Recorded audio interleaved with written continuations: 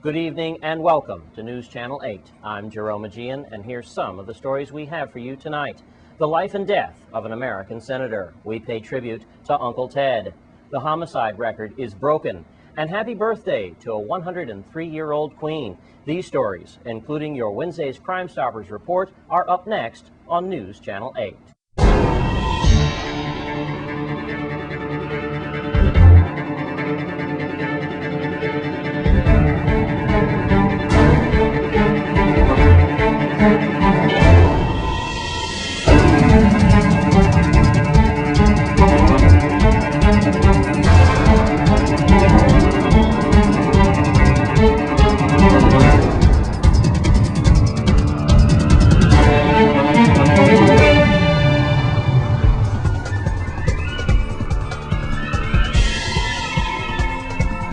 In our top story tonight, we have lost a true American political hero. Senator Ted Kennedy passed away last night at the age of 77.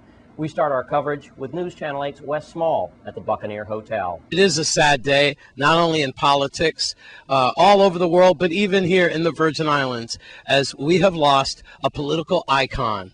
That's right, Senator Ted Kennedy. He passed away last night near Cape Hyannis in Massachusetts, surrounded by astute family members and also some colleagues from the Senate.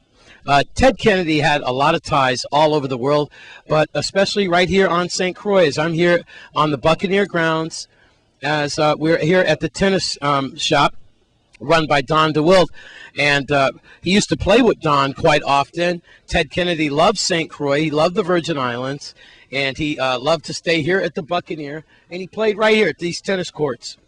You know, it was not unusual to see the third longest seated senator in United States history, Ted Kennedy, gassing up his Jeep at one of the gas stations here out east, sailing at the yacht club and so forth, or playing tennis right here at the Buccaneer.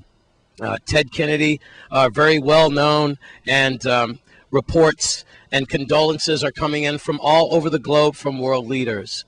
Right now, I'd like to take you from an excerpt from Good Morning America. To most Americans, Ted Kennedy was the staunch liberal with that famous last name. In reality, he was a legislative workhorse. In 1962, while brother John F. Kennedy was in the White House, Ted was elected to JFK's vacant Massachusetts Senate seat. He was just 30 years old. Most assumed that Ted would one day take his rightful place in the Oval Office, but in the summer of 1969, that all changed. Kennedy drove his car off a narrow bridge on Chappaquiddick Island in Massachusetts, resulting in the death of campaign worker Mary Jo Kopechne. And though Kennedy would declare in 1979, "Today I formally announce that I'm a candidate for President of the United States." Thank you very much. He could not overcome questions about Chappaquiddick or incumbent Jimmy Carter. In the 1980s, Kennedy emerged as a force in the Senate, fighting for such causes as national health insurance and tax reform. Before and during the battle for Iraq, Kennedy became one of the loudest anti-war voices in the Senate, just as he did during Vietnam. In 2008, he was diagnosed with a brain tumor, but Kennedy would once again prove his resilience.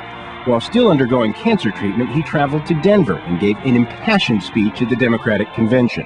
The work begins anew.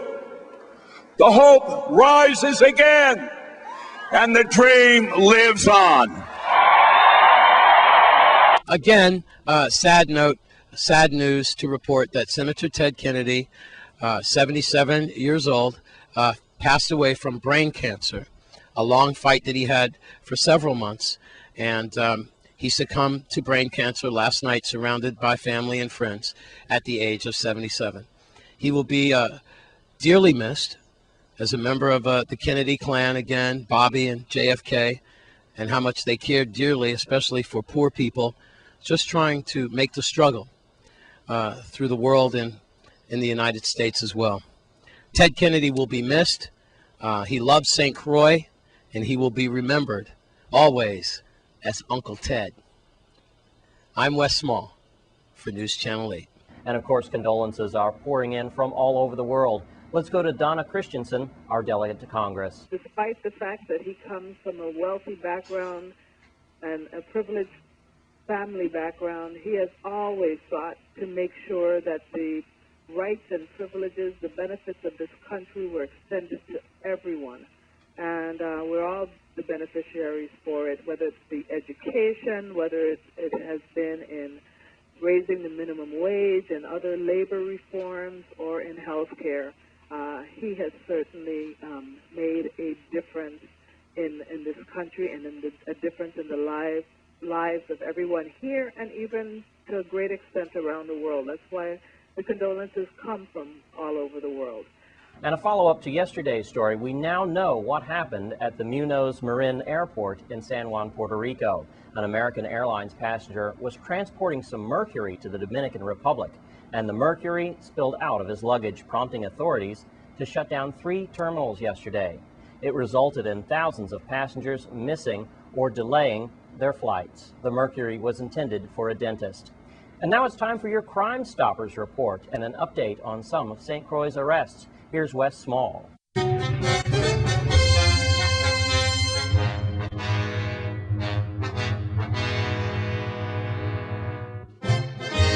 All right, thanks a lot, Jerome. First, we're going to take a look at 3 brand new arrests from St. Croix and then Crime Stoppers.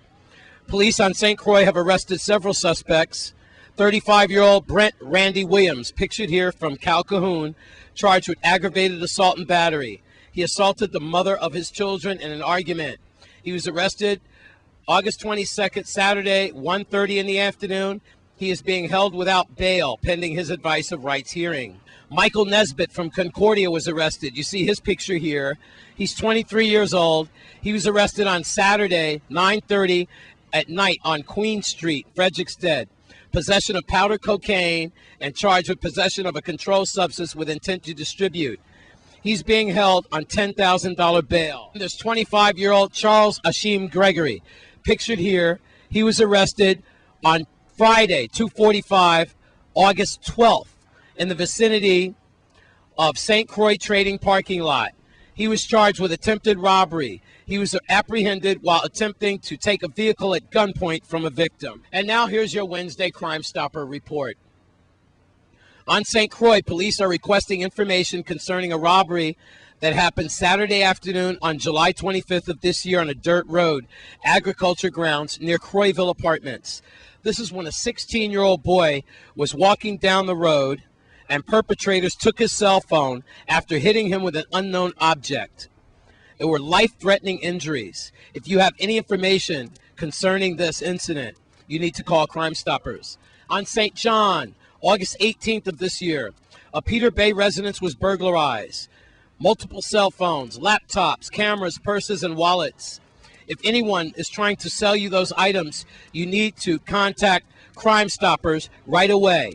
And police are asking residents of Peter Bay to work together to find the burglars and prevent future burglaries by reporting all suspicious persons or vehicles, especially close to construction sites. On St. Thomas, police are requesting any information on the shooting deaths of Bashim Ford and James Torno. Ford was shot earlier this month in the area of Prindens Gata, near Old Marianne's at 4:30 in the morning. Torno was killed August 18th this year, 12:05, near his residence in Whitburg. Help us stop these killings.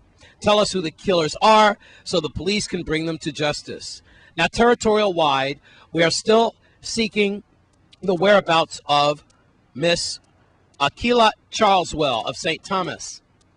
She was last seen 2 weeks ago, August 12th, at the E&M grocery store in Hall Bay.